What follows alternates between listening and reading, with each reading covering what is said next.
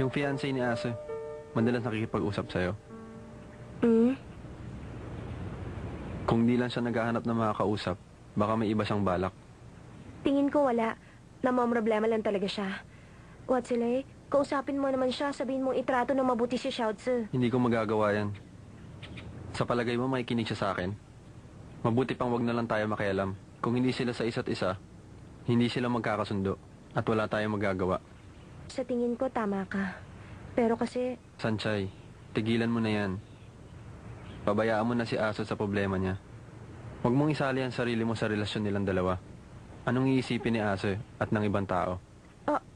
teka, ano naman ang ibig mo sabihin? Hindi naman ako nakikialam sa relasyon nilang dalawa. Sa tuwing nagkukwento si Xiaotzu ng problema niya kay Tao Mingse, para din ako nasasaktan. Ayoko rin namang malaman ang tungkol sa kanya. Sanchay, hindi ba dapat sa ganitong mga pangyayari, ikaw dapat ang umiwas sa kanila? Tulad na nangyari sa'yo, sa akin, kay Ase. Laging may tensyon sa ating tatlo pag magkakasama. At hindi na yun mawawala. Wala naman akong karapatang sabihan o turuan si Ase. Napakitunguhan si Xiaotzu. Naintindihan mo ba ang sinabi ko? Dahil kapag ginawa ko yun, iisipin ng maraming tao na may iba akong intensyon. Watsile, Halika na. May klase pa tayo. ang mga sinabi ni Lei, lahat yon may dating sa akin. At yun ang unang pagkakataong malinaw niyang sinabi ang tungkol sa akin kay Tao Mingse at sa kanya. Meron nga talagang hindi maamin na relasyon sa pagitan naming tatlo. Tama. Tama nga siya. Hindi ako dapat makialam sa relasyon ni Xiaotzu at Tao Mingse. Mali nga yun. Hindi yun makakatulong sa kanila. Baka lalong lumala ang problema. Ase! Ase, ano ba? Hintayin mo naman ako. Ano ba yung ginagawa mo? Pumunta ka dito na wala namang dahilan. Anong ginagawa niya dito? Siya ba si Xiaotzu? Pwede ba umalis ka na? Ayoko, nagpunta ako dito para sa'yo. Pwede ba tumigil ka na sa mga kalokohan mo? Umalis ka na nga! Parang hindi girlfriend ang trato niya. Hindi maganda pinapanood natin sila. Tayo na, pabayaan na lang natin sila. Halikan mo ako ngayon. Gusto kong halikan mo ako ngayon. Anong sinabi mo? Gusto mong halikan kita? Oo, yun ang gusto kong mangyari. Gusto kong patunayan mong hindi mo na mahal si Sanchay. Pag magkasama tayong dalawa, para kang laging wala sa sarili.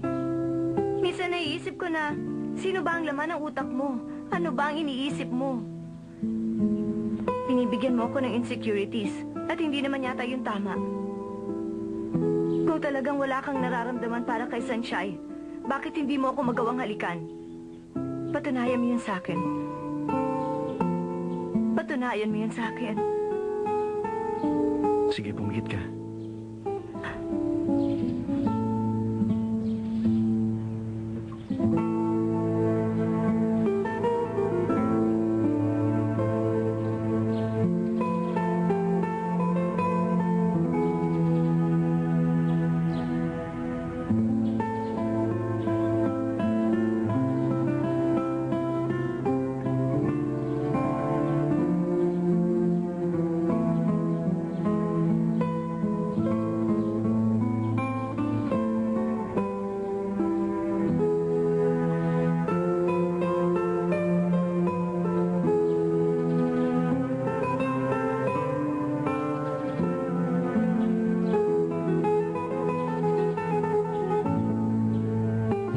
Gusto mo? Ang itrato siya ni Asa ng mabuti. Wala ka nang aalalahanin. Para ka natitigilan. Nabigla ka ba sa nakita mo? Nabigla? Bakit ako mabibigla? Maganda nga yun. Sana nga magtuloy-tuloy na sila. Pakiramdam ko nga, isa itong napakasarap at napakahabang bakasyon para sa akin. Ang totoo, hindi ko maipaliwanag ng nararamdaman ko.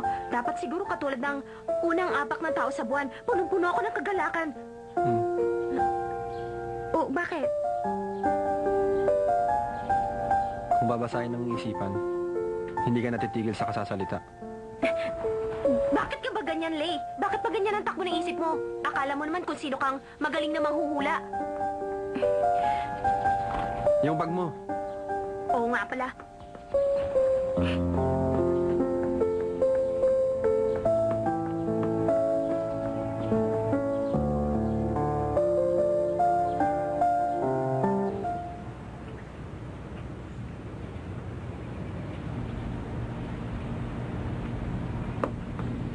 Sanchay!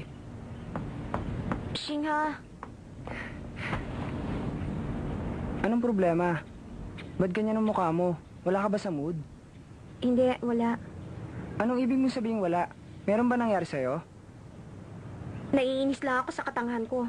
Ang dami kong kapalpakan. Hindi ko naiisip ang ginagawa ko. Akala ko tama ang mga plano ko. Tapos ngayon malalaman ko hindi naman pala lahat. At saka alam mo, sa tingin ko nagsasayang lang ako ng oras. Ang tanga-tanga ko talaga.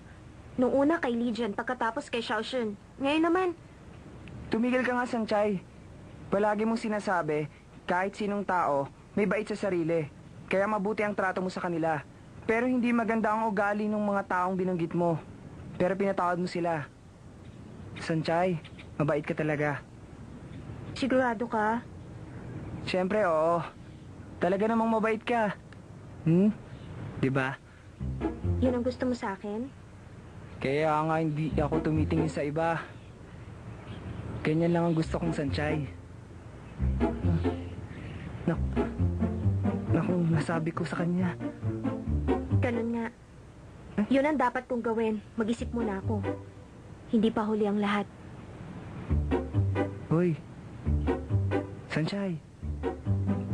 Sanchay.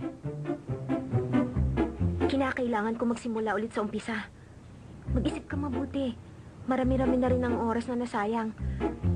Kailangan kong ibalik sa dati ang sarili ko. Yung nabubuhay ng normal at simple lang.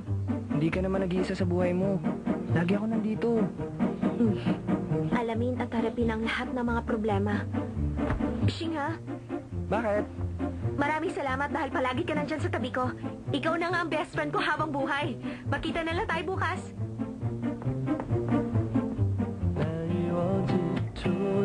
Sige, bukas na lang.